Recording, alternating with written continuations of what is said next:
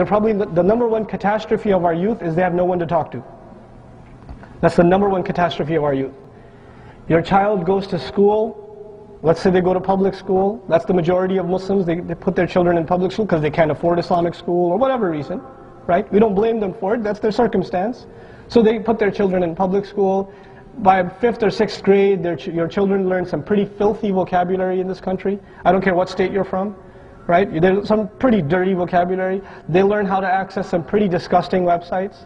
They learn how to download some pretty hideous things on their PSPs and iPod videos or iPod touches or iPhones or whatever. So they're pretty advanced, but at a very early age. Things you would never have learned until you were 25, they know when they're 12. That's the reality. That's what's going on today. So, how many parents here know what Facebook is? You guys know what Facebook is? Show of hands, please. Okay, Twitter. You know what Twitter is? It's not when your eye bugs out. It's something else. Okay, so your kids are on these social networking sites where where predators, literally predators, have access to talk to your teenage daughter or to your son, and to engage in relationships with them over the internet, and eventually they meet up with them and things happen. This is a reality of the Muslim youth today. This is happening. We shouldn't close our eyes to it. We need to open our eyes to it. And you say to yourself, nah, not my kids. Nah, no, please, wake up. And some basic solutions before we talk about the bigger picture and what we need to do at the masajid, some basic solutions: do not have open access internet at home, especially when you have children under the age of 12. Do not. That is a horrible idea. Do not give your children a laptop. Do not give them a machine, a phone that has anything but phone numbers. No texting. Don't give them text message phones. Don't give them internet access phones. You are asking for trouble. You are asking for trouble. You will regret what you did later on. You think you got them these things because you love them. You are destroying them. You are destroying them. They are not smart enough to figure out, I shouldn't be doing that or I shouldn't be doing this. Don't assume that they will make all the good decisions because you come from a nice family. Please don't fall into that trap. For Allah's sake, take those things away. There are other ways to entertain your children. So this is the first thing. When your children become teenagers, by the way, which happens a lot, right? Our children become teenagers. And as I travel the country, you know what happens with a lot of parents? They come to me and they say, I have a teenage girl. I have a teenage boy. I want you to talk to him. This has happened to me hundreds of times. Literally hundreds of times. And you know why they come to me? And I don't judge anyone. I don't judge anyone. Wallahi, I don't judge anyone. You know why they come? Because when they're teenagers, they become independent. And when they become independent, they no longer listen to you. When they no longer listen to you, you have to find somebody that they will listen to. The ship has already sailed. When was your chance? When was your chance? Before they turned into semi-adults. That was your chance. Don't lose that opportunity. The thing that we have to learn here is we're in a different world. The way you deal with your children back home is not the way you deal with them here. They're two different things. Back home you can yell at them, slap them, do whatever. It's all good. That's how everybody does it. Over here you yell at them a little, they'll go and talk, my dad, he's total loser. They'll talk about you like that. They will. Among the friends, they will talk. I used to run a Sunday school. I was the head of a Sunday school, and my primary job, you know what it was? It was to be a spy. That was my it wasn't curriculum, or am I teaching Aqidah, or what textbooks to order. No. That will come later. Let me go around during recess and spy on the conversations these kids are having. My mom let me buy an NC-17 video game, and I'm only 8. She loves me. No, she doesn't. I have Grand Theft Auto, whatever, 85 now, right? And did you see that movie? It's PG-13, but I still got to go see it. Or it's rated R and I've seen it. We even have the DVD at home. This is what the kids are talking about. You're messing your kids up. You think you love them? This is love? This is what Ibrahim alayhi salam, would he approve of anything near this? Anything near this is concern for children? Wake up. Really, wake up. We've exposed our children to things in this society. It's gone progressively worse, in media especially. So a movie that was PG-13 10 years ago is PG now. Okay, the standards have dropped. They're talking about it. It's not even me, they're talking about it. Right? So, for example, homosexuality and these kinds of filthy things have now become norm even in cartoons. It's not Tom and Jerry anymore. Things have changed. Things have changed. We have to be aware of what's going on, what our children are watching, the kinds of language they're using, the things they find normal, the things that have just become part of life. And you know, when you come to the masjid and you see people with beards and making salah, and they're talking in a certain way, do your children see more of that, or do they see the real world more? What the children see more is what they define as normal. So to your kids, in their head, this isn't normal. That's normal. And that's a problem. That's the real problem. They don't see this as normal. They see the outside world as normal. How do we change that for our children? How do we make this change happen for our children? This is really what I want to first be aware of this problem, and then let's talk about how to address this problem. What did I say the number one catastrophe for our children is? They have no one to talk to. They have no one to talk to. When your child goes to public school and sees a boy and a girl together, or some girl comes up to your boy and says, you want to go to the prom, or we're getting together at this restaurant, you want to come with me, you're kind of cute. This happens to your 5th grader. This happens to your 7th grader. Your girl, your boy, it happens to them. Are they going to come home and talk to you about it?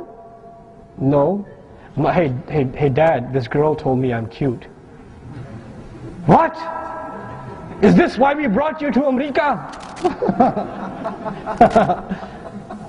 Slap, slap, the works.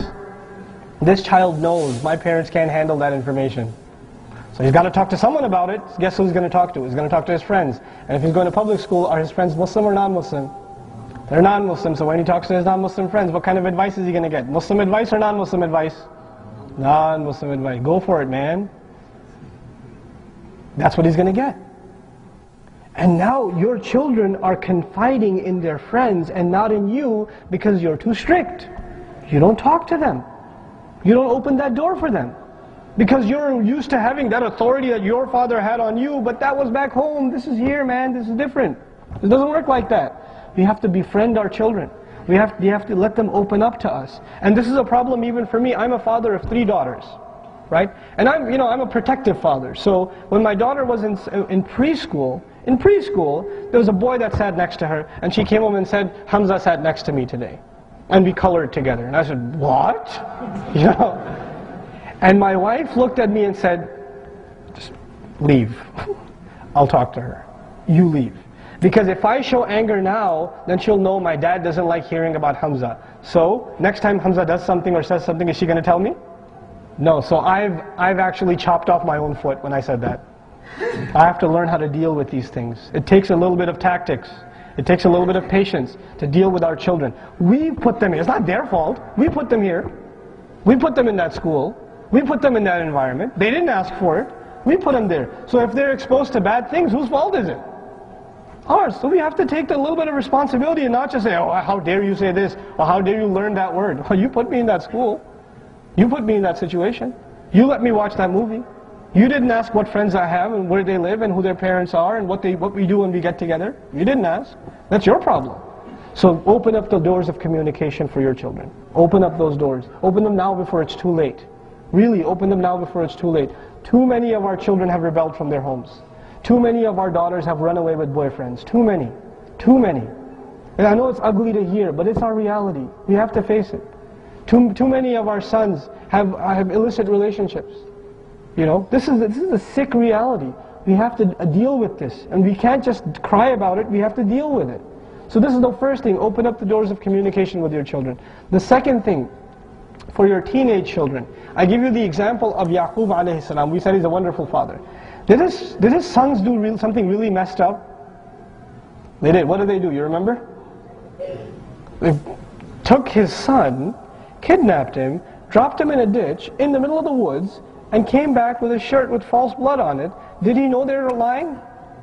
Okay, so now here's a situation. There's some young sons, and here's a father. The father knows they did something horribly wrong. Horribly wrong.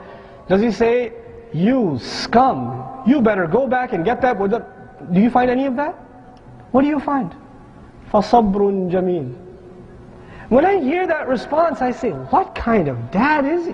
Why didn't he yell at them? Why didn't he, you know why? Because he's an ingenious father.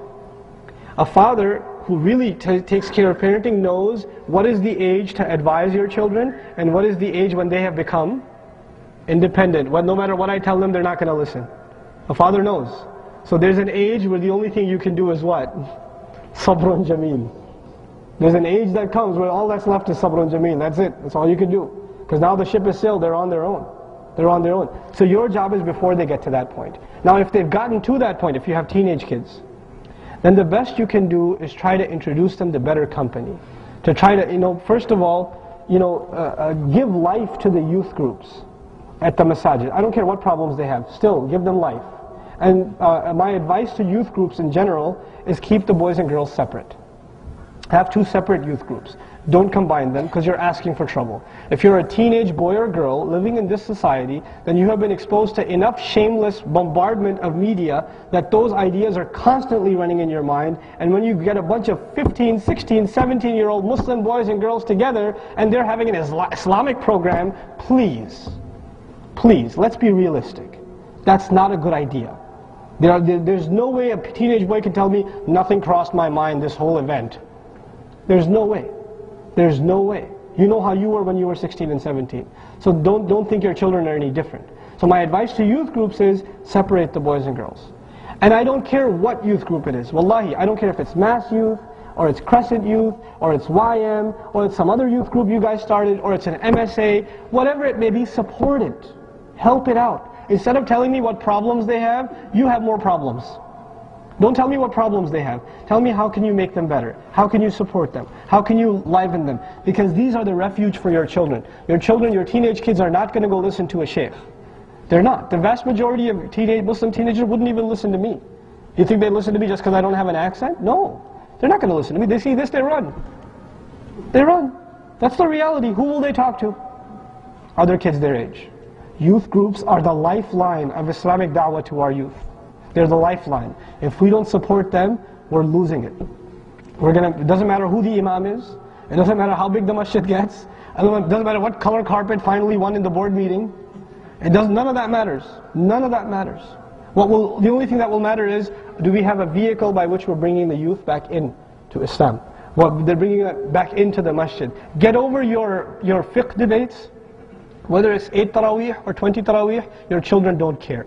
That's a bigger problem. We can worry about those problems when times are good. These aren't good times. So whether Eid is Monday, Tuesday, Wednesday, Thursday, or Friday, it doesn't matter. Our children are more important. They're more important.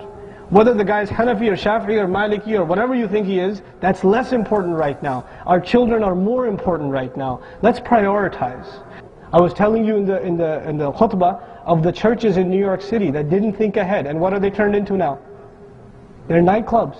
Churches turned into nightclubs in the heart of New York City. One of the oldest Catholic communities in the country. And still, that's what ended up happening with them. So on the other hand, you have the masajid. I met this brother. Wallahi, when I met him, I went in a corner and I cried. I just cried. This was a few years ago. I was at the Quran conference. And then there's this elderly fellow. He's about 80-some years old. He and his wife, a white couple, blonde, blue eyes, really light skin. They're sitting next to each other at the Quran conference. And I'm sitting there and I was curious where they came from. So I went over and I said, how are you? He said, Assalamu alaikum. I said, wa alaikum salam. So I was already surprised. Muslims, mashallah. So we started talking to them. And they said, yeah, well, what happened was, he told me his name. I forget his name, but it was some Russian or some kind of Slavic descent. But his great-grandfather was actually a Muslim. And their family came to the United States some 150 years ago. And in 2 generations they lost Islam. Right? And then they were raised as just another Christian family. And he was doing research on his family tree. So he dug up some stuff in his attic and found out that his great-grandfather was actually a scholar of Islam. And then he started looking into Islam, and he found truth in it and took the Shahada, reviving his great-grandfather's tradition, and his wife came to Islam too, and then they live in Massachusetts somewhere. So they decide they're going to buy a Humvee, and they're going to travel the entire country, stopping at every masjid they find. SubhanAllah. And they were in Vegas at that point. SubhanAllah. But Allah guided these people, Allah had written that for them. But that alim that came, who came to the US, do you think he intended that his children would lose Islam one day? He didn't. And he didn't think that was a problem maybe. Just like we think it's not, you're making a big deal out of nothing. If you could just see 50 years in advance, if you could just see.